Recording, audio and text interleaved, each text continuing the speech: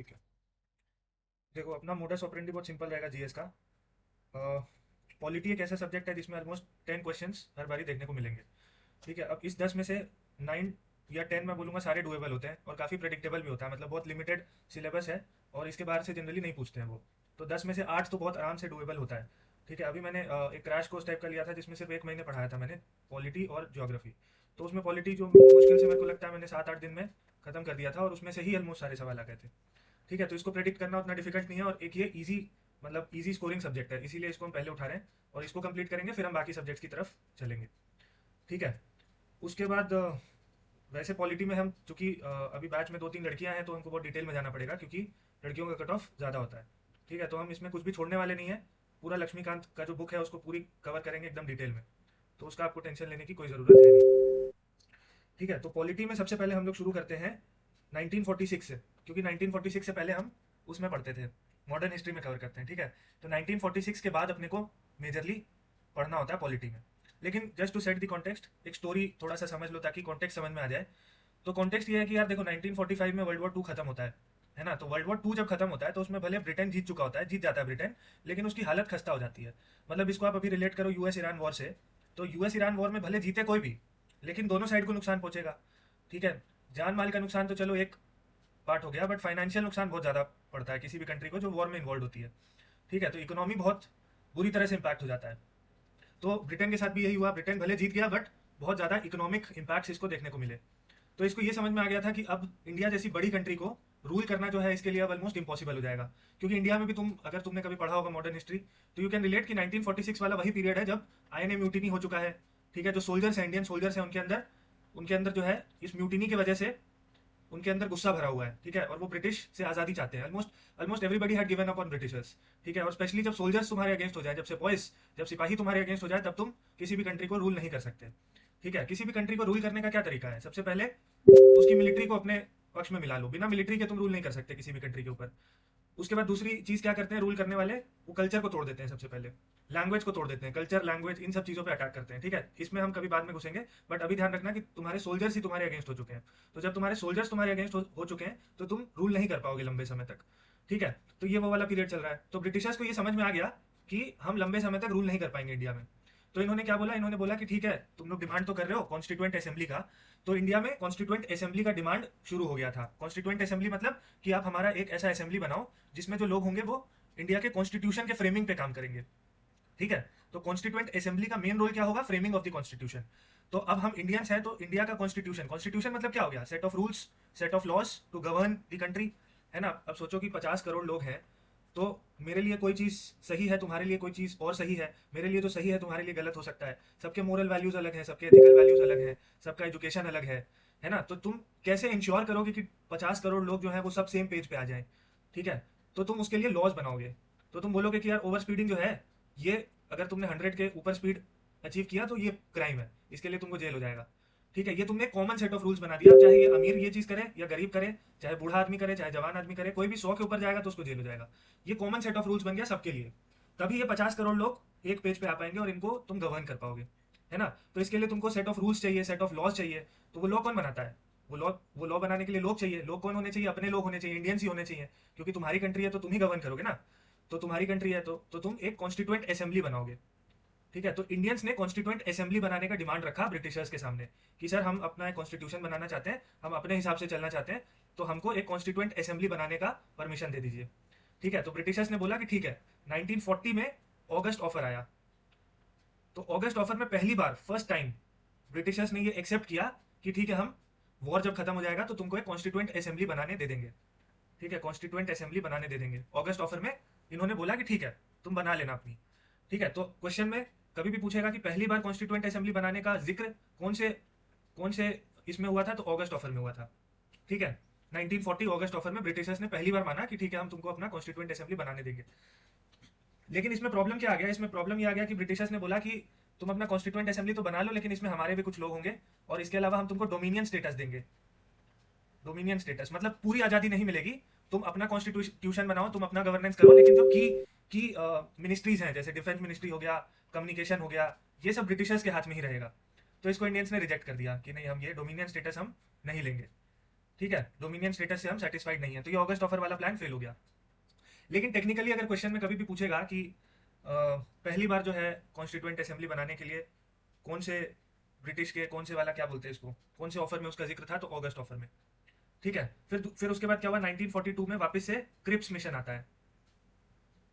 Cripps mission भी same चीज बोलता है कि ठीक है हम आपको कॉन्स्टिट्यूएंट असेंबली बनाने देंगे लेकिन डोमिनियन स्टेटस देंगे, पूरा आजादी नहीं देंगे, तो ये भी फेल हो जाता है।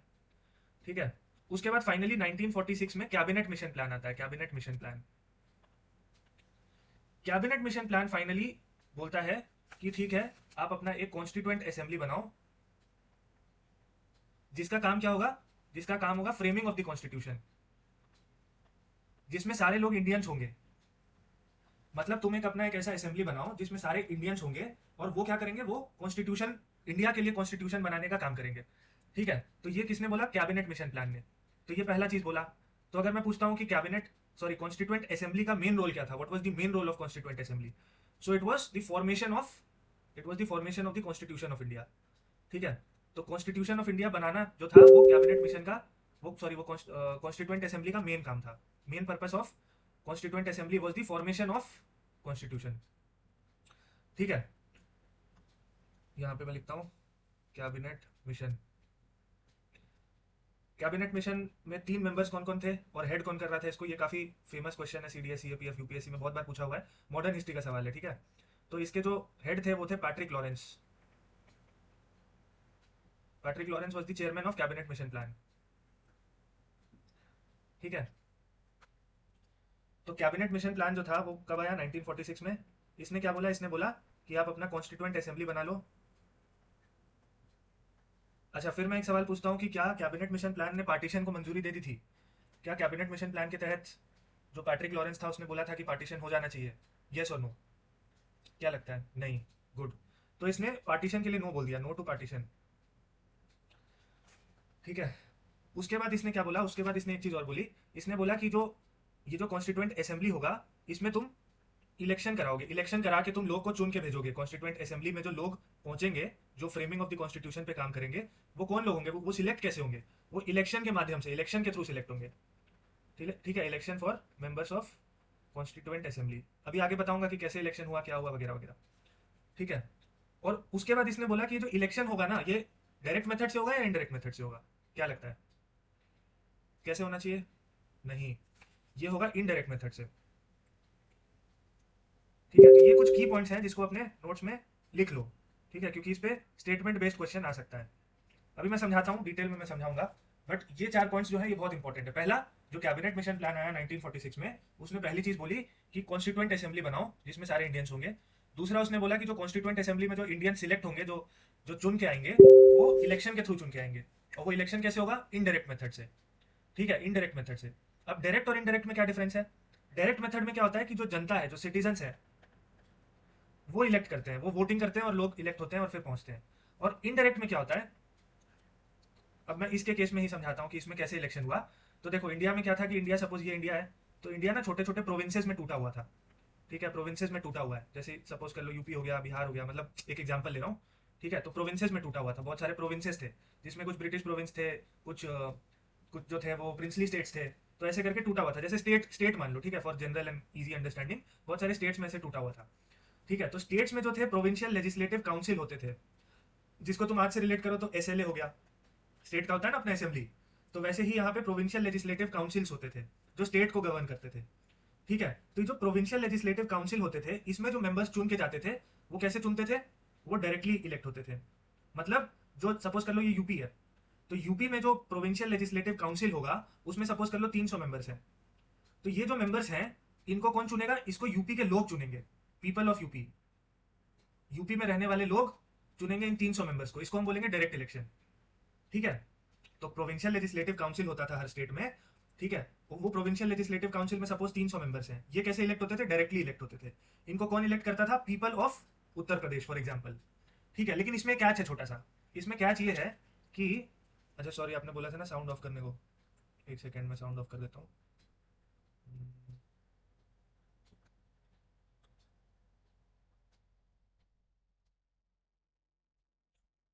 अच्छा ठीक है, बस आज भर थोड़ा देख लेना, मैं फिर ऑफ कर दूंगा। ठीक है, सेशन के बाद मैं भूल गया एक्चुअली। ठीक है, देखो, प्रोविंशियल लेजिस्लेटिव काउंसिल में सपोज 300 लोग हैं, 300 लोगों को कौन इलेक्ट करेगा? जो उत्तर प्रदेश के लोग हैं, तो इसको हम बोलेंगे डायरेक्ट इलेक्शन। लेकिन इसमें एक छोटा सा ये कैच था कि इसमें सारे लोगों को अलाउड नहीं था वोट करना। मतलब जैसे अभी क्या होता है कि मैं भी वोट कर सकता हूँ, कोई भी 18 साल के ऊपर है वो वोट कर सकता है, चाहे गरीब हो, चाहे पढ़ा लिखा हो, चाहे गवार हो, चाहे गरीब हो, चाहे अमीर हो, कोई भी हो। इफ ही और शी इज अबव 18, ही और शी कैन वोट। अभी ये होता है, तो इसको हम बोलते हैं universal adult franchise. Universal adult franchise मतलब कोई भी इंसान जो कि 18 साल के ऊपर है वो वोट कर सकता है। ठीक है, उसमें फिर कोई डिस्क्रिमिनेशन नहीं होगा कि गरीब है, अमीर है, पढ़ा लिखा है, नहीं पढ़ा लिखा है वगैरह। इसको बोलते हैं यूनिवर्सल एडल्ट फ्रेंचाइज, जिसमें हर इंसान जो 18 के ऊपर है वो वोट कर सकता है। लेकिन इस केस में क्या था, इस केस में डायरेक्ट इलेक्शन तो है, लेकिन हर इंसान को वोटिंग का अधिकार नहीं था। Not everybody could vote. People will vote but not every human being will vote. ठीक है, not every citizen will vote. ठीक है, कुछ क्राइटेरिया लगा दिया गया था ब्रिटिशर्स के द्वारा कि जो सपोज कर लो 12th पास है, बस वही वोट कर सकता है, जिसका इनकम महीने का 1 लाख के ऊपर है। मैं एक एग्जांपल दे रहा हूँ, ठीक है, ये कहीं किसी बुक में नहीं लिखा हुआ है, बुक में बस ये लिखा हुआ है कि लिमिटेड फ्रेंचाइज था, इसको हम लिमिटेड फ्रेंचाइज बोलते हैं, लिमिटेड फ्रेंचाइज। और जिसमें हर इंसान वोट कर सकता है, हर जो भी इंसान 18+ है वो वोट कर सकता है, उसको बोलते हैं यूनिवर्सल एडल्ट फ्रेंचाइज। ठीक है, और इसको क्या बोलते हैं? इसको बोलते हैं लिमिटेड फ्रेंचाइज, जिसमें लोग तो वोट करेंगे बट हर इंसान वोट नहीं करेगा। ठीक है, उसमें कुछ क्राइटेरिया है कि 12th पास होगा तो ही करेगा, इंग्लिश आनी चाहिए तो ही करेगा। ठीक है, 10 लाख के ऊपर इनकम होगा तो ही करेगा। कुछ क्राइटेरियाज है जो कि ब्रिटिशर्स ने लगा दिया था।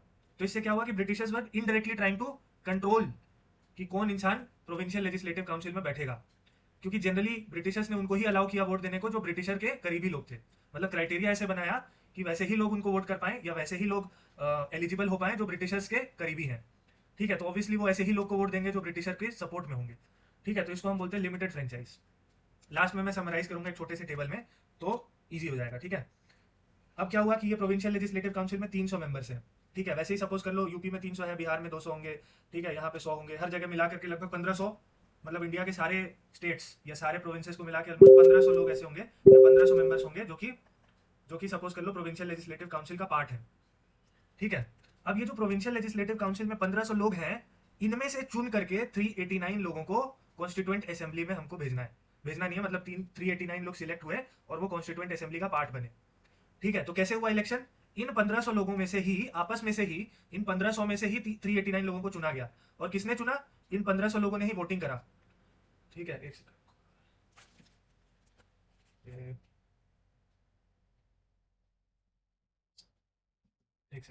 ठीक है, तो इन 1500 लोगों में से 389 लोग सिलेक्ट हुए। और ये 389 लोग कैसे सिलेक्ट हुए? इन 1500 लोगों ने ही आपस में ही वोटिंग किया और आपस में से ही 159 में से, सॉरी 1500 में से 389 लोगों को सिलेक्ट करके कॉन्स्टिट्यूएंट असेंबली में भेज दिया। ठीक है, तो इन नटशेल में क्या बोल सकता हूं कि प्रोविंशियल लेजिस्लेटिव काउंसिल से 1500 में से 389 लोग सिलेक्ट हुए।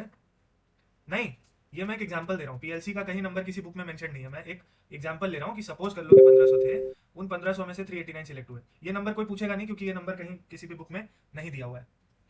ठीक है, बट ये नंबर याद रखना है, 389 याद रखना है। ठीक है, ठीक है। देखो, इसको कैलकुलेट नहीं किया जा सकता क्योंकि हर स्टेट का अलग अलग था, तो मैं एक अप्रॉक्स फिगर ले रहा हूँ कि 1500 सपोज कर लो फॉर इजियर अंडरस्टैंडिंग। ठीक है, तो ये 1500 में से 389 लोग सिलेक्ट हुए और किसने वोटिंग करा? ये 1500 लोगों ने ही आपस में वोटिंग किया, तो इसको क्या बोलेंगे? Indirect election. इनडायरेक्ट मतलब इन 1500 लोगों को चुना किसने? सिटीजन्स ने। और फिर इन 1500 लोगों ने इन 389 लोगों को चुना। तो इनडायरेक्टली बोल सकते हो कि सिटीजन्स ने ही इन 389 लोगों को चुना, इनडायरेक्टली। तो इसीलिए इसको इनडायरेक्ट इलेक्शन बोलते हैं। ठीक है, जिसमें डायरेक्टली सिटीजन्स या डायरेक्टली लोग, जनता इन्वॉल्व नहीं होती है, उसको हम इनडायरेक्ट इलेक्शन बोलते हैं। ठीक है, तो 389 सीट्स था कॉन्स्टिट्यूएंट असेंबली में। कॉन्स्टिट्यूएंट असेंबली का मेन काम क्या था? Formation of constitution. ठीक है, फॉर्मेशन ऑफ कॉन्स्टिट्यूशन, ये इनका मेन काम था। और 389 सीट्स थे इसमें। ठीक है, अब ये 389 सीट्स का ब्रेकअप लक्ष्मीकांत में दिया हुआ है कि इन 389 सीट्स में से 296 सीट्स ब्रिटिश इंडिया के सीट्स थे, ब्रिटिश इंडिया का पार्ट था। और जो 93 सीट्स थे ये प्रिंसली स्टेट्स के थे। अब ब्रिटिश इंडिया और प्रिंसली स्टेट्स में क्या डिफरेंस है? देखो, होता क्या था ना कि कुछ ऐसे स्टेट्स थे जो कि प्रिंसली स्टेट्स थे और कुछ ऐसे स्टेट्स थे जिसको ब्रिटिश कंट्रोल करते थे। तो जो ब्रिटिश कंट्रोल स्टेट्स थे उसमें हर चीज़, पुलिस, मतलब फाइनेंस, पैसा, हर चीज़, मतलब ए टू जेड हर चीज़ ब्रिटिश कंट्रोल करता था। ठीक है। बट जो प्रिंसली स्टेट्स था ना, उसका जो इंटरनल अफेयर होता था उसको प्रिंस ही कंट्रोल करता था, उसको राजा कंट्रोल करता था, जो इंटरनल अफेयर है। बट कुछ ऐसी चीज़ें थी जैसे पुलिस या डिफेंस या कम्युनिकेशन, दो तीन चीज़ें जिसको ब्रिटिश कंट्रोल करता था। तो ब्रिटिश जो थे वो प्रिंसली स्टेट्स के इंटरनल पॉलिटिक्स में नहीं घुसते थे कभी। ठीक है, तो बस ये डिफरेंस था कि जो प्रिंसली स्टेट्स थे उनका जो इंटरनल पॉलिटिक्स होता था वो राजा ही कंट्रोल करता था, इंटरनल गवर्नेंस पूरा राजा देखता था। बस एक दो चीज़ें ऐसी थी जिसको ब्रिटिश ओवरलुक करते थे, जिसमें डिफेंस हो गया, कम्युनिकेशन वगैरह हो गया। और ब्रिटिश इंडिया के जो प्रोविंस था उसमें पूरा पूरा इंटरनल पॉलिटिक्स भी ब्रिटिश कंट्रोल करते थे। ठीक है, तो ये 296 आउट ऑफ 389, 296 सीट्स जो थे वो ब्रिटिश इंडिया के सीट्स थे, और 93 सीट्स जो थे वो प्रिंसली स्टेट्स के सीट थे। ठीक है।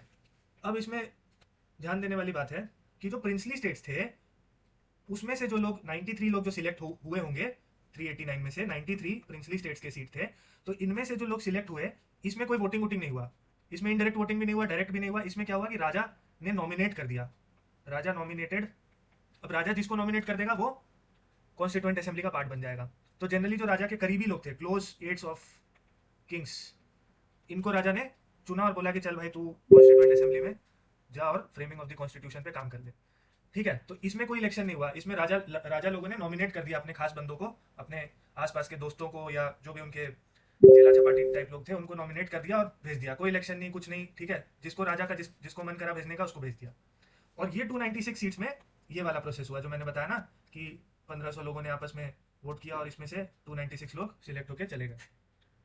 ठीक है, तो ये यहाँ पे सीन था।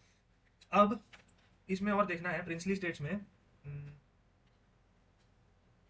नहीं, प्रिंसली स्टेट्स का कहानी समाप्त। अब 296 में ना फर्दर बाइफर्केशन है।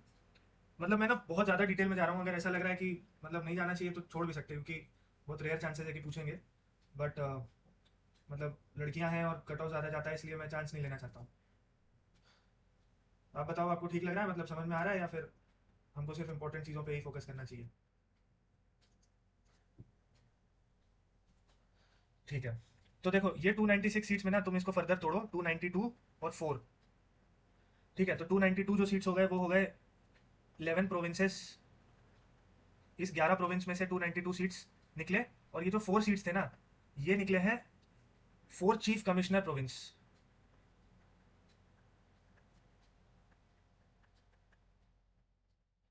ठीक है, तो एग्जाम में ना ये पूछ सकता है कि 4 चीफ कमिश्नर प्रोविंस कौन कौन से थे। तो निमोनिक याद रखना, ABCD। ए से अजमेर, ठीक है, बी से था भोपाल, सी से था कुर्ग, और डी से था दिल्ली। ठीक है, तो ऑब्वियसली ये जो 4 चीफ कमिश्नर प्रोविंस थे ये भी ब्रिटिश इंडिया के ही पार्ट है, क्योंकि ये 296 पूरा ब्रिटिश इंडिया है। अब इस 296 में से 292 प्लस 4 हमने किया, तो ये जो 4 थे ये चीफ कमिश्नर प्रोविंस थे, जिसका निमोनिक है ABCD, अजमेर, भोपाल, कुर्ग और दिल्ली। और ये 292 सीट्स जो है वो 11 दूसरे बाकी 11 प्रोविंसेस में से बना है। ठीक है। अरे चीफ कमिश्नर प्रोविंस जैसे तुमने देखा होगा बंगाल है, तो कमिश्नर कहाँ पे बैठता है? कोलकाता में बैठता है। तो जो मेजर सिटीज है ना उसको चीफ कमिश्नर प्रोविंस बोलेंगे, जहाँ पे शायद इनका वो बैठता होगा, जो सबसे ऊपर का जो बॉस होगा ना, कमिश्नर टाइप। ठीक है, जो सबसे टॉप मोस्ट बाबू होगा या डिप्लोमेट होगा वो वहाँ पे बैठता होगा। मतलब इसमें कुछ ऐसा, मतलब ये हमको जनरली बस हमको इतना ध्यान रखना है कि 4 चीफ इलेक्शन कमिश्नर प्रोविंस कौन कौन थे, sorry 4 chief commissioner province British India के अंदर कौन कौन से थे। ठीक है, और ये कमिश्नर प्रोविंस मतलब जहाँ पे कमिश्नर ऑफ पुलिस बैठता होगा। तो कमिश्नर ऑफ पुलिस हर जगह तो नहीं बैठेगा। ठीक है, तो सिर्फ बड़ी बड़ी जगहों पे बैठता है कमिश्नर। जैसे बंगाल है तो कोलकाता में बैठेगा, झारखंड है तो रांची में बैठेगा, कैपिटल सिटीज में जनरली बैठता है ना? तो यही डिफरेंस है। तो एग्जाम में बस ये पूछ सकते हैं कि chief commissioner province British India के अंदर में कौन कौन से थे, which of the following is not a part of chief commissioner province. और 5 ऑप्शन या 3 ऑप्शन देंगे ABC, और चौथा ऑप्शन कोई ई से कोई नाम दे देंगे, सपोज कर लो। तो निमोनिक याद रखना, अजमेर, भोपाल, कुर्ग और दिल्ली, ये सारे कमिश्नर प्रोविंस थे कहाँ पे? ब्रिटिश इंडिया के अंदर। ठीक है, तो ये हमारा फाइनली बन गया क्या? 296 प्लस 93। 93 कौन से थे? प्रिंसली। प्रिंसली में कैसे इलेक्शन हुआ? कोई इलेक्शन नहीं हुआ, नॉमिनेशन हुआ। ठीक है, जिसको राजा ने नॉमिनेट कर दिया वो चला गया। और इसमें क्या हुआ? इलेक्शन हुआ। इलेक्शन किस मेथड से हुआ? डायरेक्ट या इनडायरेक्ट? इनडायरेक्ट। ओके। और ये जिन लोगों ने इनडायरेक्टली इलेक्ट किया उनका इलेक्शन कैसे हुआ था? मतलब PLC जो था, प्रोविजनल लेजिस्लेटिव काउंसिल, इनका इलेक्शन डायरेक्ट। डायरेक्ट में क्या यूनिवर्सल एडल्ट फ्रेंचाइज से हुआ था या फिर लिमिटेड फ्रेंचाइज से हुआ था? फिर यूनिवर्सल कैसे हुआ? यूनिवर्सल में तो सारे वोट कर सकते हैं जो 18 के ऊपर है। हाँ, लिमिटेड। ठीक है, तो लिमिटेड फ्रेंचाइज। लिमिटेड में क्या होता है कि सिर्फ चुनिंदा लोग ही वोट कर सकते हैं, सारे नहीं कर सकते, ठीक है। और वो चुनिंदा कौन थे? जिनको ब्रिटिश ने चुन के भेजा था, कुछ टर्म्स एंड कंडीशन लगाए थे, उनको जो फुलफिल कर रहे थे वो वोट कर सकते हैं। तो यहाँ तक ठीक है, चलो क्लियर हो गया। उसके बाद अच्छा, कुछ ऐसे और इन्फॉर्मेशन है जो कि नोट्स में दिया हुआ है, एंड में हम नोट्स को भी एक बार स्क्रॉल कर लेंगे, तो जो एक्स्ट्रा इन्फॉर्मेशन है वो उसमें दिया हुआ है। जैसे कि एम एन रॉय ने पहली बार कॉन्स्टिट्यूएंट असेंबली का डिमांड रखा था, वगैरह वगैरह, ठीक है। तो वो नोट्स में दिया हुआ है, वो हम देख लेंगे, क्योंकि फैक्चुअल चीज़ है, तो वो एंड में फैक्ट्स जो है वो एक्चुअली में गार्निशिंग है, तो एंड में अपने को देख लेना है थोड़ा थोड़ा, ठीक है। अच्छा, अब क्या हुआ? अब फाइनली 9 दिसंबर 1946 9 दिसंबर 1946 में कॉन्स्टिट्यूएंट असेंबली बन गया, और इसका फर्स्ट मीटिंग होता है, ठीक है, फर्स्ट मीटिंग होता है। तो जिस भी असेंबली में 400 लोग होंगे, उसको चलाने के लिए क्या तुमको एक प्रेसिडेंट चाहिए होगा? एक असेंबली का प्रेसिडेंट होना चाहिए ना, जो कि उसको, जैसे अपने लोकसभा में स्पीकर होता है जो कि गवर्न करता है, जो कि चलाता है पूरे हाउस को, तो वैसे ही 400 मेंबर, 389 मेंबर्स होंगे जिस असेंबली में, तो क्या उसको 400 मेंबर होंगे जिस असेंबली में, ऑलमोस्ट 389 मेंबर्स होंगे, तो क्या उसको चलाने के लिए हमको एक प्रेसिडेंट चाहिए होगा? चाहिए होगा कि नहीं चाहिए होगा? चाहिए होगा। तो अब अपने को फर्स्ट मीटिंग हो रहा है 9 दिसंबर 1946 को, अपने को एक प्रेसिडेंट बनाना है। तो हमने किसको अपॉइंट किया? हमने अपॉइंट किया डॉक्टर सच्चिदानंद सिन्हा को, ठीक है। इनको हमने अपॉइंट किया एज अ टेम्परेरी प्रेसिडेंट। तो एग्जाम में दो सवाल पूछ सकते हैं, who was the first president of constituent assembly? Doctor Sachchidanand Sinha. Who was the temporary president of constituent assembly? Doctor Sachchidanand Sinha. ये ना सिर्फ 2 दिन के लिए रहे थे, for 2 days, 9th 10th 11th को हमने परमानेंट प्रेसिडेंट अपॉइंट कर दिया, किसको? डॉक्टर राजेंद्र प्रसाद को। तो 2 दिन के लिए कौन अपॉइंट हुए थे? डॉक्टर सच्चिदानंद सिन्हा। अच्छा, सच्चिदानंद सिन्हा को ही क्यों किया और किसी को क्यों नहीं किया? क्या लॉजिक हो सकता है? यस, सीनियोरिटी, ठीक है। तो ये सबसे ओल्डेस्ट मेंबर थे वहां पे, और ये कॉन्सेप्ट हमने लिया है फ्रांस से। तो एग्जाम में पूछ सकता है कि ये कॉन्सेप्ट हमने कहाँ से लिया है? हमने फ्रांस से लिया है, कि जो सबसे सीनियर मेंबर होगा उसको हमको रिस्पेक्ट देना चाहिए, उसको हमको प्रेसिडेंट अपॉइंट करना चाहिए। तो डॉक्टर सच्चिदानंद सिन्हा को हमने, since he was the oldest member of the house, so we appointed him as the temporary president of constituent assembly, और ये कॉन्सेप्ट हमने लिया फ्रांस फ्रांस से। तो ये 2 दिन रहे, और उसके बाद हमने एक परमानेंट प्रेसिडेंट अपॉइंट कर दिया, जिसका नाम था डॉक्टर राजेंद्र प्रसाद। 2 दिन की खुशी, यस, ठीक है। ठीक है, अभी सोचो कि ये कौन सा टाइम चल रहा है? 1946 1946 चल रहा है। तो 1946 में क्या हम आज़ाद हो गए थे क्या? नहीं हुए थे ना। हम तो 1947 अगस्त 1947 में आज़ाद हुए थे। तो अभी चल रहा है 9 दिसंबर 1946। तो अभी जो कॉन्स्टिट्यूएंट असेंबली है, इसका सिर्फ एक काम है, सिर्फ एक काम। क्या काम है वो? फ्रेमिंग ऑफ द कॉन्स्टिट्यूशन, ठीक है। सिर्फ एक काम है, क्या काम है? फ्रेमिंग ऑफ द कॉन्स्टिट्यूशन, ठीक है। उसके बाद क्या हुआ कि काम चल रहा है चल रहा है चल रहा है, अब इतने में क्या हो गया? 15 अगस्त 1947 आ गया। 15 अगस्त 1947 को क्या हुआ? देश आज़ाद हो गया, ठीक है। अब ब्रिटिशर छोड़ के जा चुके हैं, तो अभी तक जो गवर्नेंस ब्रिटिश कर रहे थे वो चले गए, और उन्होंने बोला कि भाई अब तुम अपना समझो, हम तो जा रहे हैं। तो एक वर्ड क्रिएट हो गया। कौन सा वर्ड? गवर्नेंस का वर्ड। कि भाई अभी तक तुमको कोई गवर्न कर रहा था, वो छोड़ के चला गया अचानक से। तो अब कॉन्स्टिट्यूएंट असेंबली के ऊपर एक दूसरा जिम्मेदारी आ गया, कि अब अपने को गवर्नेंस भी करना है। गवर्नेंस नहीं मतलब जो अभी लोकसभा का जो काम है वो करना है, ठीक है, मतलब लेजिस्लेटिव फंक्शंस अपने को देखने हैं। तो अब जो कॉन्स्टिट्यूएंट असेंबली है, now the constituent assembly after 15th August 1947 has a dual role. First role is the framing of the constitution, and the second role is the legislative functions, ठीक है। क्योंकि क्या हुआ कि ब्रिटिश चले गए, तो लेजिस्लेटिव फंक्शंस जो ब्रिटिश कर रहे थे अभी तक, वो तो छोड़ के चले गए। तो अब कौन करेगा? तो वो पूरी जिम्मेदारी आ गई कॉन्स्टिट्यूएंट असेंबली के ऊपर। तो 15th अगस्त 1947 के बाद जो कॉन्स्टिट्यूएंट असेंबली था, it had a dual role. First role was the framing of the constitution, which it was already doing for the last 7 odd months, and the second role was the legislative functions, ठीक है, law वगैरह बनाना और ये सब काम जो लोकसभा करता है अभी, ठीक है। तो एग्जाम में स्टेटमेंट में पूछ सकते हैं कि the constituent assembly had dual function after 1947, true. The constituent assembly had dual function before 1947, false. तब सिंगल फंक्शन था उसका, ठीक है। तो अब क्या हो गया? 1947 15 अगस्त 1947 के बाद जो कॉन्स्टिट्यूएंट असेंबली है वो सॉवरेन बॉडी हो गया। सॉवरेन बॉडी मतलब जिसके ऊपर किसी का इन्फ्लुएंस नहीं है। अब ये अपना डिसीजन खुद ले सकता है, अपना लॉस बना सकता है, जो करना है खुद कर सकता है। अब ब्रिटिश पूरी तरह से जा चुके हैं, ठीक है। So now it has a dual role. Dual role क्या है? Formation of the constitution and legislative functions, ठीक है।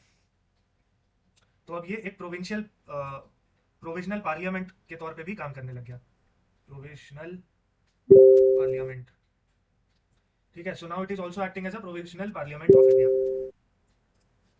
तो अब यहाँ पे काम कैसे होता था? यहाँ पे काम होता था, एग्जाम्पल ले रहा हूँ अगेन। मंडे को framing of the constitution, Monday को कॉन्स्टिट्यूशन बनाते थे, ट्यूसडे को लेजिस्लेटिव फंक्शंस देखते थे, वेडनेसडे को फिर कॉन्स्टिट्यूशन बनाते थे, थर्सडे को फिर लेजिस्लेटिव फंक्शंस देखते थे। तो हमारे लक्ष्मीकांत में लिखा हुआ है कि ऑल्टरनेट डेज पे ऑल्टरनेट काम होता था, ऑल्टरनेट डेज पे दूसरा, मतलब एक दिन कॉन्स्टिट्यूशन पे काम, दूसरे दिन लेजिस्लेटिव फंक्शंस, तीसरे दिन फिर कॉन्स्टिट्यूशन पे काम, चौथे दिन लेजिस्लेटिव फंक्शंस, ठीक है। ऐसे काम होता था। तो अब हम कैसे आइडेंटिफाई करेंगे कि जो आज कॉन्स्टिट्यूएंट असेंबली बैठा हुआ है वो कॉन्स्टिट्यूशन पे काम कर रहा है या फिर लेजिस्लेटिव फंक्शंस पे काम कर रहा है? तो सिंपल तरीका था, तुम जाओ कॉन्स्टिट्यूएंट असेंबली, तुमने देखा अगर राजेंद्र प्रसाद बैठे हैं, मेन जो कुर्सी जो लगी होती है ना स्पीकर वाली ऊपर थोड़ी सी, अगर वहाँ राजेंद्र प्रसाद बैठे हैं तो समझ जाओ कि आज कॉन्स्टिट्यूशन बनाने पे काम चल रहा है। और अगर जीवी मवलांकर ये बैठे हुए हैं तो समझ जाओ कि लेजिस्लेटिव फंक्शंस पे काम हो रहा है।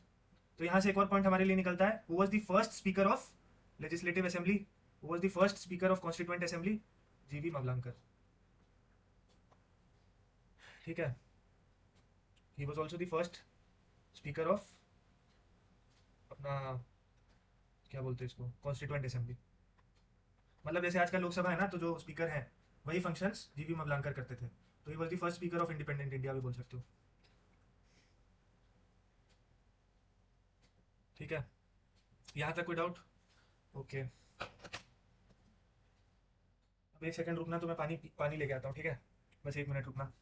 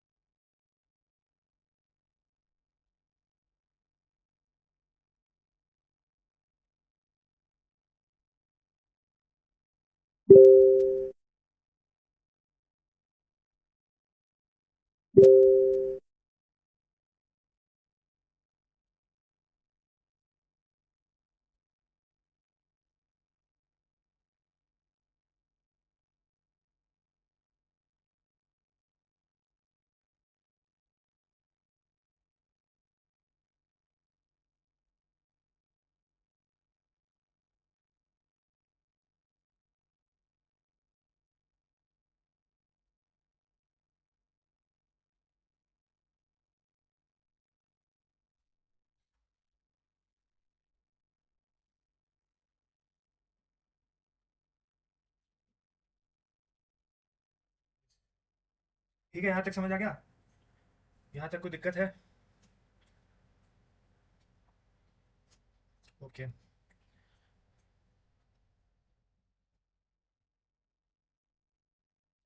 ठीक है। अब ये जो काम था, अपना जो फर्स्ट जनरल इलेक्शन हुआ ना इंडिपेंडेंट इंडिया में, वो 1951 1952 में हुआ, ठीक है। 51 52 में first general election in India. तो जो पहली सरकार जो चुन के आई ना इंडिपेंडेंट इंडिया में, वो 1952 से आई। So even after even after independence and even after the formation of the constitution of India, अब इसका काम खत्म हो जाना चाहिए था, कॉन्स्टिट्यूएंट असेंबली का काम। मेन काम तो था formation of the constitution. Constitution तो हमने 1950 तक में बना लिया था, 26 नवंबर 1949 को कॉन्स्टिट्यूशन बन गया था, ठीक है। लेकिन जो कॉन्स्टिट्यूएंट असेंबली है ये 1952 तक कंटिन्यू करता है। क्यों? क्योंकि जो जनरल इलेक्शंस हुए और उसके बाद जो नई सरकार चुन के आई वो 1952 में चुन के आई, तो ये 2 साल और कंटिन्यू करता है, ठीक है। तो अगर एग्जाम में पूछे कि कॉन्स्टिट्यूएंट असेंबली जो है वो कब तक फंक्शन करता है, legislative functions, until the first elected government of India was formed, that is in 1952, ठीक है। तो 1952 तक चलता है ये काम।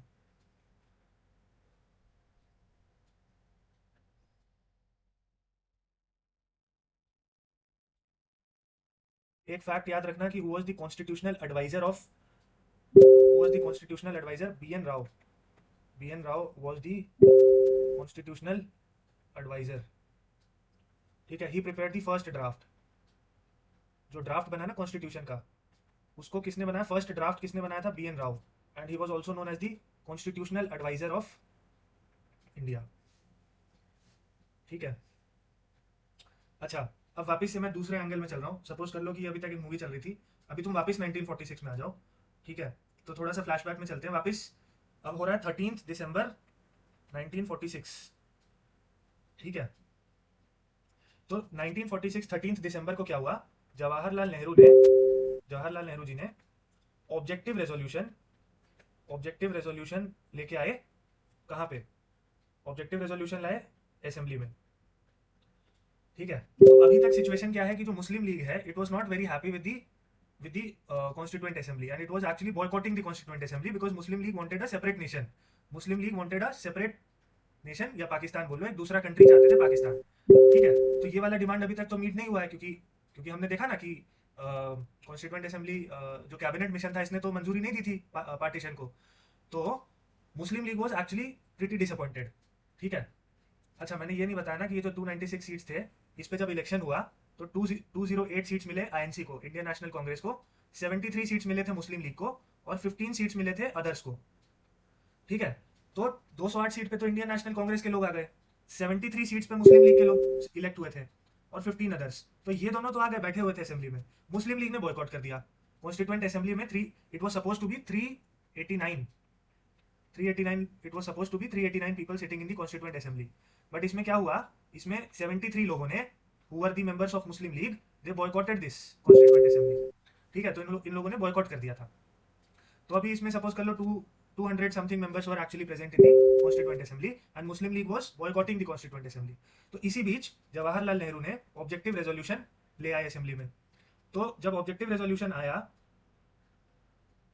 ठीक है, तो जो असेंबली के मेंबर्स थे, इन लोगों ने डिसाइड किया कि हम मुस्लिम लीग को भी इनवाइट करते हैं, we should invite Muslim League and allow them to vote on this resolution, ठीक है।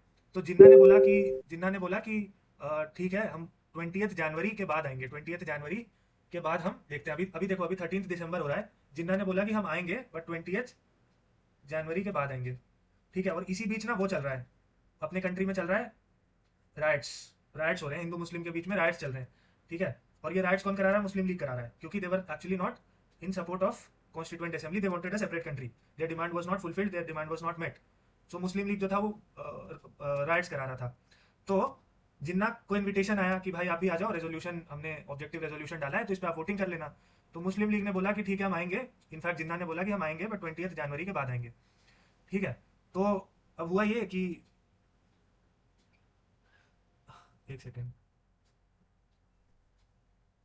हाँ, अब हुआ ये कि 13 दिसंबर और 20 जनवरी के बीच राइट्स बढ़ने लग गए बहुत ज़्यादा, ठीक है, राइट्स बढ़ने लग गए, क्योंकि जिन्ना को ऐसा लगा कि अगर मैं राइट्स बढ़ाता हूँ तो ये इनडायरेक्टली प्रेशर डालेगा कॉन्स्टिट्यूएंट असेंबली और ब्रिटिशर्स के ऊपर, ताकि ये हमारा पार्टीशन का डिमांड एक्सेप्ट कर लें। तो उसने क्या किया, उसने सोचा कि वोटिंग से पहले मैं राइट्स बढ़ा देता हूँ, ज़्यादा लोग मरेंगे तो ज़्यादा प्रेशर आएगा कॉन्स्टिट्यूएंट असेंबली के ऊपर भी और ब्रिटिशर्स के ऊपर भी, ताकि वो पार्टीशन का डिमांड एक्सेप्ट कर लें। तो राइट्स बढ़ने लगा। राइट्स जब बढ़ने लगा ना, तो जो हमारे कॉन्स्टिट्यूएंट असेंबली के मेंबर्स थे, उनको ऐसा लगा कि जो जिन्ना है वो नहीं आने वाला है। तो जिन्ना नहीं आने वाला है, तो इन लोगों ने आपस में ही वोटिंग करके यूनानिमसली ऑब्जेक्टिव रेजोल्यूशन को पास कर दिया, ठीक है। बिना जिन्ना का वेट किए इन लोगों ने पास कर दिया ऑब्जेक्टिव रेजोल्यूशन। तो इससे जिन्ना को और गुस्सा आ गया, तो उसने राइट्स और बढ़ा दिए। अब राइट्स बहुत ज़्यादा बढ़ चुके हैं। तो राइट्स बढ़ने का रीज़न समझ में आया क्या था। राइट्स बढ़ने का दो रीज़न था। पहला कि ऑब्जेक्टिव रेजोल्यूशन के वोटिंग के टाइम पे मेरे को एक ब्राउनी पॉइंट मिल जाए, तो थोड़ा सा बढ़ाया उसने। बट जब उसने देखा कि भाई कॉन्स्टिट्यूएंट असेंबली ने बिना मुस्लिम लीग के वहां पे प्रेजेंट हुए बगैर उन्होंने वोट करके यूनानिमसली पास कर दिया ऑब्जेक्टिव रेजोल्यूशन, तो इससे इसको और ज़्यादा आहत पहुंच गया, और ज़्यादा ये तकलीफ में आ गया। तो इसने राइट्स और बढ़ा दिए। तो जब राइट्स बहुत ज़्यादा बढ़ गए, तो ब्रिटिश समझ गए कि भाई अब पार्टीशन के बगैर काम नहीं चलेगा, क्योंकि बहुत सारे लोग मारे जा चुके थे, बहुत सारे लोग डिस्प्लेस हो गए, बहुत दिक्कत में थे बहुत सारे लोग। तो ब्रिटिश ने सोचा कि अब बिना पार्टीशन के जो है बात नहीं बनेगी।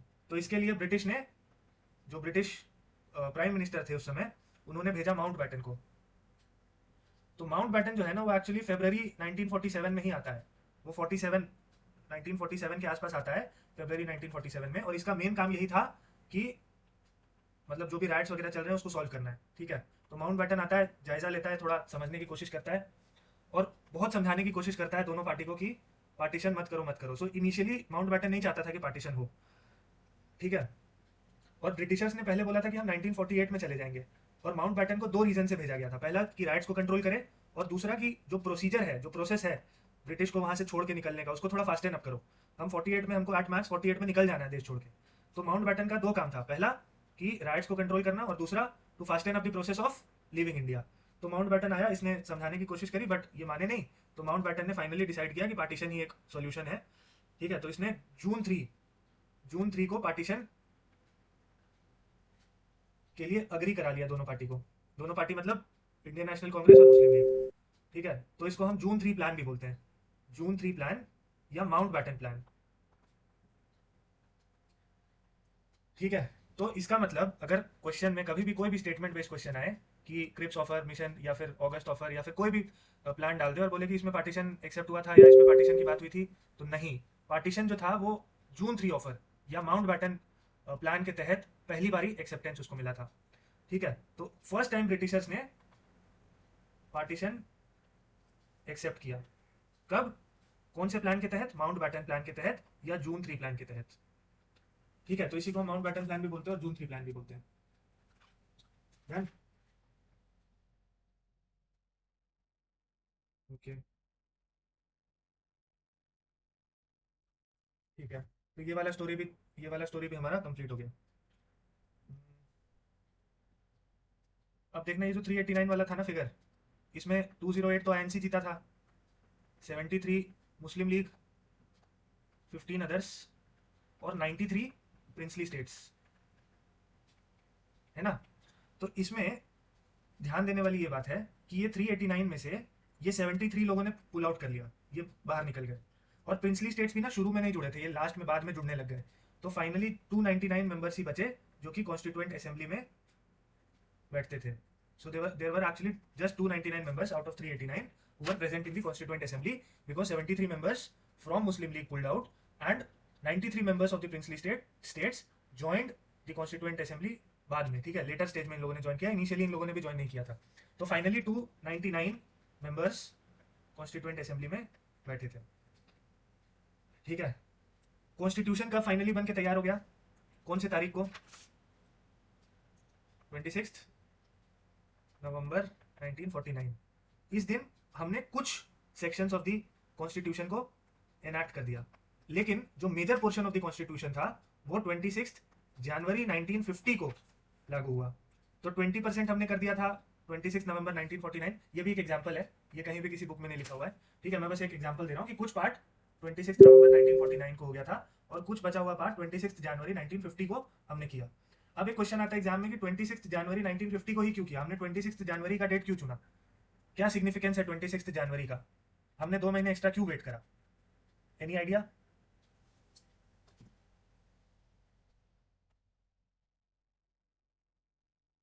ओके, देखो इसका ना सिग्निफिकेंस मॉडर्न हिस्ट्री से जुड़ा हुआ है। 1930, 26 जनवरी 1930 को जवाहरलाल नेहरू ने रवि नदी के किनारे लाहौर में पहली बार झंडा फहराया था, ठीक है। He unfurled the national flag and he demanded for the complete independence, Purna Swaraj, पूर्ण स्वराज। तो उस दिन के बाद से हम हमेशा 26 जनवरी को पूर्ण स्वराज डे मनाते थे, ठीक है। तो पूर्ण स्वराज डिक्लेयर किया था 1930, 26 जनवरी 1930, कौन से नदी के किनारे, रवि नदी के किनारे लाहौर में, आफ्टर लाहौर सेशन ऑफ, क्योंकि अगर मॉडर्न हिस्ट्री पढ़ा होगा तो उसमें ब्रिटिशर जो थे वो सेशन रखते थे, आईएनसी सेशन होता था, इंडियन नेशनल कांग्रेस का सेशन होता था। तो लाहौर में रखा गया था 1930 का सेशन, ठीक है। तो 26 जनवरी 1930 को जो जवाहरलाल नेहरू थे वो सेशन के बाद बाहर निकलते हैं, झंडा फहराते हैं रवि नदी के किनारे और पूर्ण स्वराज की मांग करते हैं कि अपने को पूरा कंप्लीट इंडिपेंडेंस चाहिए, डोमिनियन स्टेटस ये वो से काम नहीं चलेगा, पूर्ण स्वराज चाहिए। तो इसीलिए चूंकि ये एक सेक्रेट डे था, इसको हम लोग पूर्ण स्वराज डे मनाते थे, तो इसीलिए हमने 2 महीने एक्स्ट्रा वेट कर लिया कि चलो ये एक सेक्रेट डे है तो हम इसी दिन को चुनते हैं, इसी दिन हम अपने रिपब्लिक डे को मनाएंगे, ठीक है। लेकिन प्रियम्बल में ना हर जगह ये वाला डेट लिखा हुआ है 26 नवंबर 1949। सो कॉन्स्टिट्यूशन अगर ऑफिशियली क्वेश्चन में पूछे, constitution was adopted on 26 November 1949, it was enacted on 26 नवंबर 1949। लेकिन ये डेट पे हमने 20 मतलब थोड़ा सा हिस्सा हमने 26 नवंबर को कर दिया था, बाकी हमने 26 जनवरी से लागू किया, ठीक है। ये सीन है इसमें, हाँ, एनफोर्स्ड ऑन 1950। अब हम थोड़ा नोट्स देख लेते हैं जो कुछ छूटा होगा तो इसमें कवर हो जाएगा। तो देख लेना, इसमें यही लिखा हुआ है। सबसे पहले 389 सीट्स थे टोटल, जिसमें से ब्रिटिश इंडिया के 296 थे, प्रिंसली स्टेट्स के 93 थे। फाइनल स्ट्रेंथ कितना था? 299, जो मैंने बताया मुस्लिम लीग ने पुल आउट कर लिया था। टाइम कितना लगा कॉन्स्टिट्यूशन बनाने में? 2 years 11 months 18 days। ठीक है। और इनिशियली जब इंडिया बना, जब कॉन्स्टिट्यूशन बना, तो इनिशियली वी हैड 395 आर्टिकल्स। अब ये मैं कल समझाऊंगा आर्टिकल किसको बोलते हैं, शेड्यूल किसको बोलते हैं। 8 शेड्यूल्स एंड 22 पार्ट्स। ये सिविल सर्विसेज में पूछा था प्रीलिम्स में, ठीक है। कि जब बना था तब कितना था और आज कितना है, दोनों दोनों हमको पता होना चाहिए। तो बना था तो था 395 आर्टिकल्स, इस पे कल और डिटेल में डिस्कस करेंगे। 8 शेड्यूल्स और 22 पार्ट्स। अभी कितने शेड्यूल्स हैं? अभी 12 शेड्यूल्स हैं, 25 पार्ट्स हैं और ऑलमोस्ट 445 आर्टिकल्स हैं। ठीक है, कल और इसको करेंगे। बट इसमें यही लिखा हुआ है कि जब बना था तब कितने थे? 395 प्लस 8, 395 आर्टिकल्स और 8 शेड्यूल्स। और इसमें एक और ऐड कर लो 22 पार्ट्स। पार्ट्स क्या होता है, शेड्यूल क्या होता है, आर्टिकल क्या होता है, ये कल देखते हैं। ठीक है। अब ये देखना बहुत इंपॉर्टेंट है, ये मैंने पूरा लक्ष्मीकांत से बनाया, तो इसमें सवाल ही नहीं उठता कि एक भी क्वेश्चन मिस हो जाए। ठीक है, सवाल ही नहीं उठता। तो इसको अच्छे से कर लेना, क्योंकि हमने, अच्छा दूसरी बात ना, रिवीजन साइकिल अपना एक अच्छा बनाना। क्योंकि पढ़ लोगे, रिवाइज नहीं करोगे, ओवर बर्डन हो जाएगा, इन्फॉर्मेशन भूल जाओगे। लेकिन अगर रिवीजन अच्छे से कर रहे हो ना, तो इतना ईजी हो जाएगा। और मैं कोशिश करूंगा कि मैं अगले क्लास में 10 मिनट निकाल के सब रिवाइज करा दूं पहले। ठीक है, ताकि जो याद करने वाला काम है वो क्लास में ही हो जाए, घर में कुछ करना ना पड़े। But revise 30 minute 40 minute daily निकाल के थोड़ा थोड़ा करते रहना। ठीक है। So the idea of the constituent assembly was first put out by M N Roy. M N Roy पता है ना कौन है? जो कम्युनिस्ट पार्टी ऑफ इंडिया के फाउंडर थे। तो 1934 में सबसे पहली बार कॉन्स्टिट्यूएंट असेंबली का डिमांड रखा गया। किसने रखा? एम एन रॉय ने। वो was the founder of communist Party of India. और ये कब हुआ? 1934 में। फिर 1935 में आईएनसी ने इनके आइडिया को कॉपी किया। आईएनसी मतलब इंडियन नेशनल कांग्रेस ने इनके आइडिया को कॉपी किया और ऑफिशियली डिमांड किया कॉन्स्टिट्यूएंट असेंबली का for the framing of the constitution. 1938 में Jawaharlal Nehru on behalf of INC declared that the constitution of free India must be framed without outside interference by a constituent assembly elected on the basis of adult franchise। तो बहुत बार exam में ना quotation दे देते हैं कि ये बात किसने बोली थी। तो ये बात किसने बोली थी पहली बार? जवाहरलाल नेहरू ने 1938 में। ठीक है। अब ये सब कुछ एक्स्ट्रा पॉइंटर्स हैं जो लक्ष्मीकांत में थे, तो ये सब मैंने डाल दिया है, जो मुझे लगता है कि प्रोबेबल क्वेश्चन हो सकते हैं। ठीक है। First demand was accepted in principle by the British August offer. August offer में पहली बार डिमांड एक्सेप्ट किया, लेकिन चूंकि इन लोगों ने डोमिनियन स्टेटस बोल दिया तो आईएनसी ने ही रिजेक्ट कर दिया। फिर 1942 में क्रिप्स आता है। क्रिप्स ने भी एक्सेप्ट किया ऑफर, बट मुस्लिम लीग को चाहिए था दूसरा कंट्री, तो ये भी रिजेक्ट हो गया। फाइनली कैबिनेट मिशन 1946 में आता है। ठीक है, जिसके तहत कॉन्स्टिट्यूएंट असेंबली को एक ग्रीन फ्लैग मिलता है, गो अहेड सिग्नल मिलता है कि ठीक है बनाइए आप। फिर यहाँ पे वही लिखा हुआ है 389, 296 plus 93, 292 from 11 provinces, 4 from 4 chief commissioner provinces. कौन कौन से? 4 ABCD। ठीक है, ए हो गया अजमेर, बी हो गया भोपाल, सी हो गया कुर्ग, डी हो गया Delhi. Each province and princely state allotted seats in proportion to their population. अब कौन से प्रोविंस को कितना सीट मिलेगा ये उसके पॉपुलेशन पर डिपेंड करता था।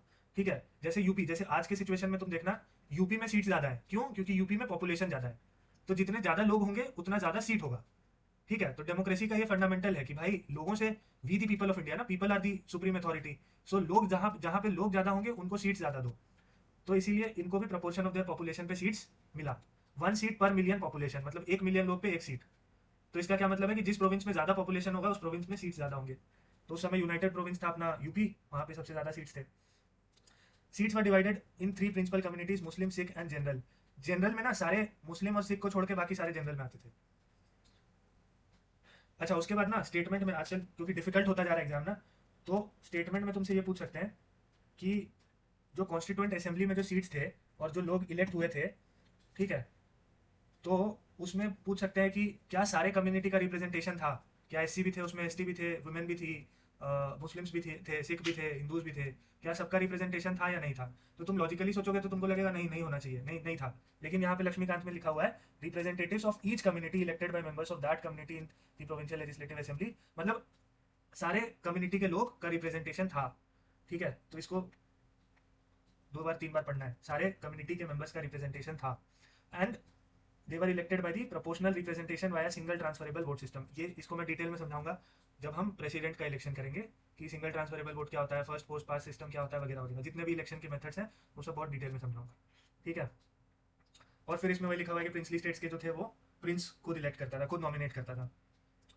इसीलिए स्टेटमेंट में अगर पूछे कि the constituent assembly was partly nominated and partly elected, true या फॉल्स?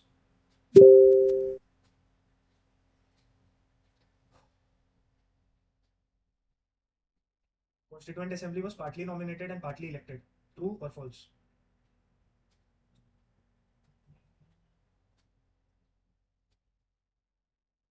क्योंकि 296 सीट्स पे तो इलेक्टेड थे और 93 सीट्स पे नॉमिनेटेड थे, तो यहाँ पे वही लिखा हुआ है।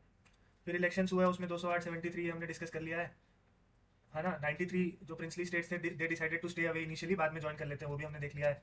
Hindus Muslims all sections were included in constituent assembly, ये भी हमने देख लिया है।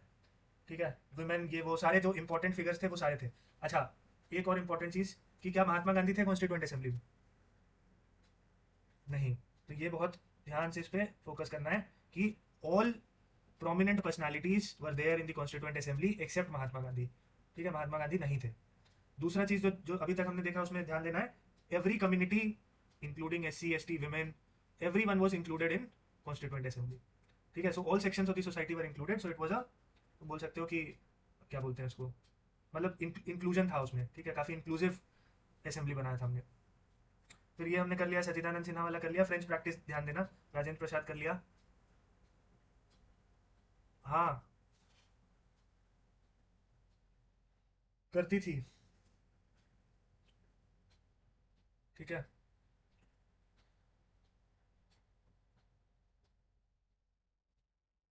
both H.C. Verma, sorry, H.C. Mukherjee and V.T. Krishnamachari were elected as the vice president of assembly. So assembly had two vice presidents। ये एक exclusive information है जो लक्ष्मीकांत में दिया हुआ है, तो मैंने इसको डाल दिया। ठीक है, मैंने खुद अपनी तैयारी के समय ये सब नहीं पढ़ा था, बट इसी बहाने चलो मैंने भी पढ़ लिया कि प्रेसिडेंट के बारे में तो सब जानते हैं, और सीडीएस में और यूपीएससी में और स्टेट पीसीएस में न जाने कितनी बार सवाल पूछ चुका है कि प्रेसिडेंट कौन था, इंटरिम प्रेसिडेंट कौन था, टेम्परेरी कौन था। तो अगला सवाल मेरे हिसाब से क्या बन सकता है, अगर उसको डिफिकल्टी बढ़ाना होगा, कुछ आउट ऑफ द बॉक्स पूछना होगा, तो वो ये पूछ सकता है कि स्टेटमेंट में कि the constituent assembly had only one president, false. The constituent assembly sorry only one vice president, false. Constituent assembly had two vice presidents, namely H C. Mukherjee और वीटी कृष्णमाचारी। तो दो वाइस प्रेसिडेंट थे, कौन कौन? एच.सी. मुखर्जी और वीटी कृष्णमाचारी। ठीक है, तो ये इस पे स्पेशल फोकस देना है थोड़ा।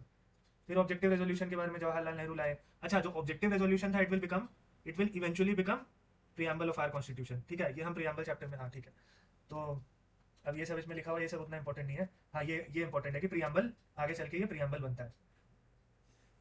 फिर 1947 में जब इंडिया इंडिपेंडेंट हो गया तो constituent assembly became a fully sovereign body, ये भी हमने पढ़ लिया है। फिर इसका डुअल रोल हो गया, लेजिस्लेटिव बॉडी भी हो गया और कॉन्स्टिट्यूशन फ्रेमिंग बॉडी भी बन गया, ये भी हमने पढ़ लिया है। ठीक है, कॉन्स्टिट्यूएंट बॉडी में राजेंद्र प्रसाद बैठते थे और लेजिस्लेटिव में जीवी मावलांकर, ये भी हमने पढ़ लिया है। ठीक है, कंटिन्यू टिल 1949, ये भी पढ़ लिया है। When the task of making the constitution was over. ठीक है, ये कॉन्स्टिट्यूशन वाला बॉडी तब ओवर हो गया, बट जो लेजिस्लेटिव बॉडी था वो कब तक बैठेगा? वो 1952 तक बैठेगा। ठीक है, तो final strength was reduce to 299, ये भी हमने पढ़ लिया है।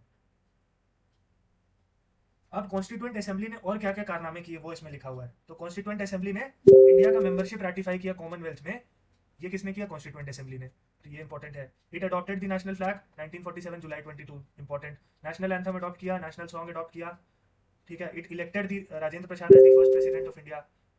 कब तक चला? 2 साल 11 महीने 18 दिन तक चला ये। ठीक है, 64 लाख का खर्चा है। अब ये सब थोड़ा ज्यादा डिटेल में हो गया। रैटिफाइड मतलब कि वोटिंग करके, मतलब वोटिंग हुआ कॉमनवेल्थ में अपने को जाना चाहिए नहीं जाना चाहिए, तो मेजोरिटी लोगों ने यस बोला, तो इसी को रैटिफिकेशन बोलते हैं कि जो assembly head has ratified the proposal of entry into Commonwealth. तो रैटिफिकेशन मतलब मेजोरिटी लोगों ने एक्सेप्ट कर लिया प्रपोजल, तो इसको बोलते हैं रैटिफिकेशन। अब इसमें ना 8 मेजर कमिटीज थे और माइनर कमिटीज थे। तो माइनर अपने को नहीं पढ़ना है, मेजर भी नहीं पढ़ना है वैसे, बट अगर किसी को डिटेल में उतना डिटेल में जाना है तो ये मैंने टेबल डाल दिया है। तो इसमें कभी बहुत रेयरली एग्जाम में पूछ सकते हैं कि who was the chairman of union power committee, Jawaharlal Nehru. एक शॉर्टकट याद रखना यार, कोई भी बहुत इंपॉर्टेंट कमिटी होगा ना, कोई भी बहुत इंपॉर्टेंट कमिटी, तो उसमें जवाहरलाल नेहरू अगर ऑप्शन दिखे ना तो लगा देना, जवाहरलाल नेहरू ना दिखे ना तो सरदार पटेल लगा देना। बट अगर मेरे से पूछो कि मेरे को सपोज की कोई आइडिया नहीं है क्वेश्चन का, ठीक है, मेरे को सपोज की कोई क्वेश्चन है उसमें कोई आइडिया नहीं है, ऑप्शन में देखूंगा, अगर ऑप्शन में जवाहरलाल नेहरू दिख गया तो सवाल ही नहीं उठता है कि वो नहीं होगा आंसर, वही होगा आंसर 99% ऑफ द केसेस में। ठीक है, तो इसमें भी तुम देख सकते हो कि 8 में से जो 3 मेजर कमिटीज हैं उसमें जवाहरलाल नेहरू है। कॉन्स्टिट्यूशन कमिटी सबसे इंपॉर्टेंट, पावर्स कमिटी सबसे इंपॉर्टेंट, उसके बाद स्टेट्स कमिटी जवाहरलाल नेहरू। ठीक है, और फिर देखना सरदार पटेल 2 जगह है, और ड्राफ्टिंग कमिटी तो सबको ही पता होता है, most important B R Ambedkar. तो ये पूछेगा नहीं क्योंकि बहुत बार पूछ चुका है ऑलरेडी। ठीक है, तो इसको देख लेना, सब कमिटीज वगैरह देखने की जरूरत नहीं है, ये सब थोड़ा एक्स्ट्रा इन्फॉर्मेशन है, ये सब भी तुम छोड़ सकते हो।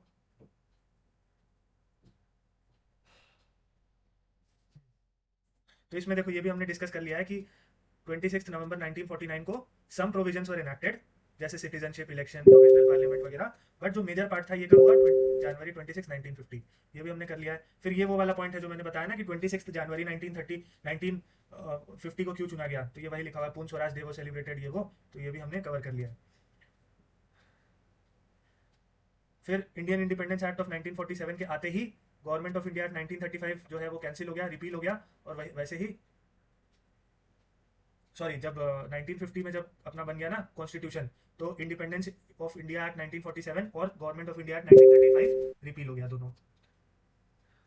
अब यहाँ पे वही लिखा हुआ है कि कंटिन्यूड, जो मैंने बोला ना कि जो कॉन्स्टिट्यूएंट असेंबली है ये 1952 तक कंटिन्यू करता है, जब तक इलेक्शन होके नया सरकार नहीं आ जाता, तो ये भी हमने कर लिया है। अब कुछ important pointers. Elephant was adopted as the symbol of constituent assembly. So what was the symbol of constituent assembly? Elephant. ठीक है। Who was the constitutional adviser? ये हमने कर लिया, BN Rau. Secretary of the constituent assembly, in case you want to get into more detail, तो HV Ayyangar. Vice president तो याद रखना ही है, बट सेक्रेटरी भी अगर रखना चाहो तो अयंगर। ठीक है। फिर who was the chief draughtsman? SN Mukherjee. इसको छोड़ भी सकते हो, मतलब ये थोड़ा ज़्यादा डिटेल हो जाएगा। हाँ, ये इंपॉर्टेंट है। अगर मैं पूछता हूँ कि जो कॉन्स्टिट्यूशन था, स्टेटमेंट सपोज कर लो, एग्जाम में स्टेटमेंट में पूछ रहा है कि जो कॉन्स्टिट्यूशन था वो हैंड रिटन था क्या इनिशियली, या प्रिंटेड था, या वो टाइप राइटर से लिखा गया था, कैसे लिखा गया था, क्या लगता है आपको?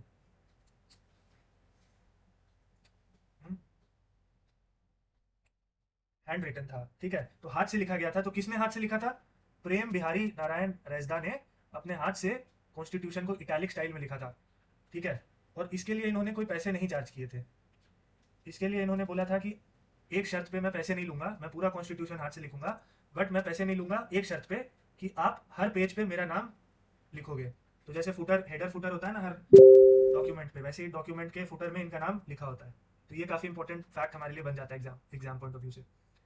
ठीक है। तो प्रेम बिहारी नारायण रैसदा ने अपने हाथों से लिखा था। ठीक है। अब लिख तो दिया, लिख दिया, अब उसको डेकोरेट भी करना है, उसको थोड़ा सा ब्यूटीफाई भी करना है। तो उसके लिए for the beautification purpose, artist from Shanti Niketan, जिनका नाम नंदलाल बोस था और ब्योहर राम मनोहर सिन्हा था, ये दोनों, इन दोनों का काम था ब्यूटिफिकेशन का। ठीक है। तो इन दोनों ने ब्यूटीफाई किया उसको। ठीक है। तो इसमें वही लिखा हुआ है। अच्छा, हिंदी कैलीग्राफी, ये प्रेम बिहारी नारायण रैसदा ने इंग्लिश में लिखा था, तो हिंदी कैलीग्राफी किसने किया था? वसंत कृष्णन वैद्या ने, वसंत कृष्णन वैद्या। ठीक है। और डेकोरेशन सेम बंदे ने किया, नंदलाल बोस ने। BR अम्बेडकर को हम लोग इंडियन मन्नू बोलते हैं, modern Manu, sorry modern Manu. So he was also known as the modern Manu. तो इसको काफी इंपॉर्टेंट है, इसको ध्यान रखना है। He was also known as the father of the constitution, he was the law minister. ठीक है, ये सब हो गया, बस इतना ही है। अब इसमें ना एक दो चीज़ें और ध्यान देनी है। इसमें कुछ क्रिटिसिज्म हुआ था कॉन्स्टिट्यूएंट असेंबली का। पहला तो ऑब्वियसली ये था कि यूनिवर्सल एडेड फ्रेंचाइज के बेसिस पे नहीं हुआ, ये हमने ऑलरेडी पढ़ लिया है।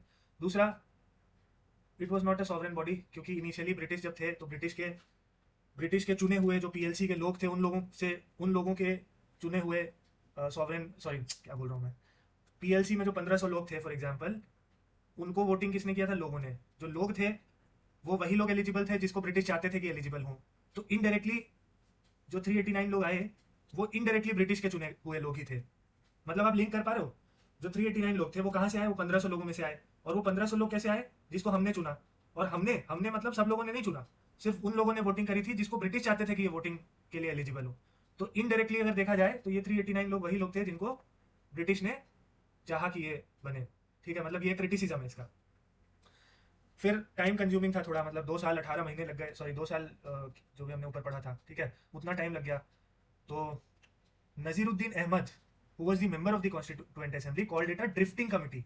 तो एग्जाम में आ सकता है, which of the who of the following called the constituent assembly as the drifting committee, या who of the following called the drafting committee as drifting committee? तो Naziruddin Ahmad, who was the member of the constituent assembly, इन्होंने बोला कि drifting committee है, क्योंकि America में तो सिर्फ अमेरिका टुक ओनली 4 months और हमने ले लिया 2 साल। कितना हमने लिया? यहाँ पे लिखा हुआ है ना फर्स्ट पेज पे, हमने लिया 2 साल 11 महीने 18 दिन। ठीक है, तो इसीलिए नजीरुद्दीन ना, हाँ, नजीरुद्दीन अहमद ने बोला कि भाई अमेरिका ने सिर्फ 4 महीने में बना लिया था, अपने 2 साल 18 महीने, सॉरी 11 महीने और 18 दिन लिए। So it is also, he mentioned drifting committee, drafting committee को ड्रिफ्टिंग कमिटी बोला। फिर ऑस्टिन नाम का एक बंदा था जिसने बोला कि कॉन्स्टिट्यूएंट असेंबली में 90% लोग INC के ही थे। सो आईएनसी वाले का बोलबाला हो गया उन लोगों के हिसाब से कॉन्स्टिट्यूशन बना, ठीक है। उसके बाद विंस्टन चर्चिल जो उस समय के प्राइम मिनिस्टर थे, और लॉर्ड विस्काउंट साइमन, इसने बोला कि it is a body of Hindus, क्योंकि सारे हिंदूज थे, मुस्लिम लीग वाले तो बाहर हो गए थे, तो सारे हिंदूज लोगों ने मिलकर कॉन्स्टिट्यूएंट असेंबली बनाया। इसको नहीं भी करोगे तो चलेगा, इसको नहीं भी करोगे तो चलेगा। ये ड्रिफ्टिंग कमेटी वाला देख लेना, बस ये ड्रिफ्टिंग कमेटी वाला देख लेना, ठीक है। बस यही था, फर्स्ट चैप्टर हमारा कंप्लीट हो गया। कल हम कर लेंगे प्रियम्बल, और मतलब कल हम कोशिश करते हैं कि हम सिटीजनशिप तक पहुंच जाए, या सिटीजनशिप आधा कर लें, ठीक है। ठीक है, कोई डाउट नहीं है ना? तो मैं रिकॉर्डिंग स्टॉप करता हूँ।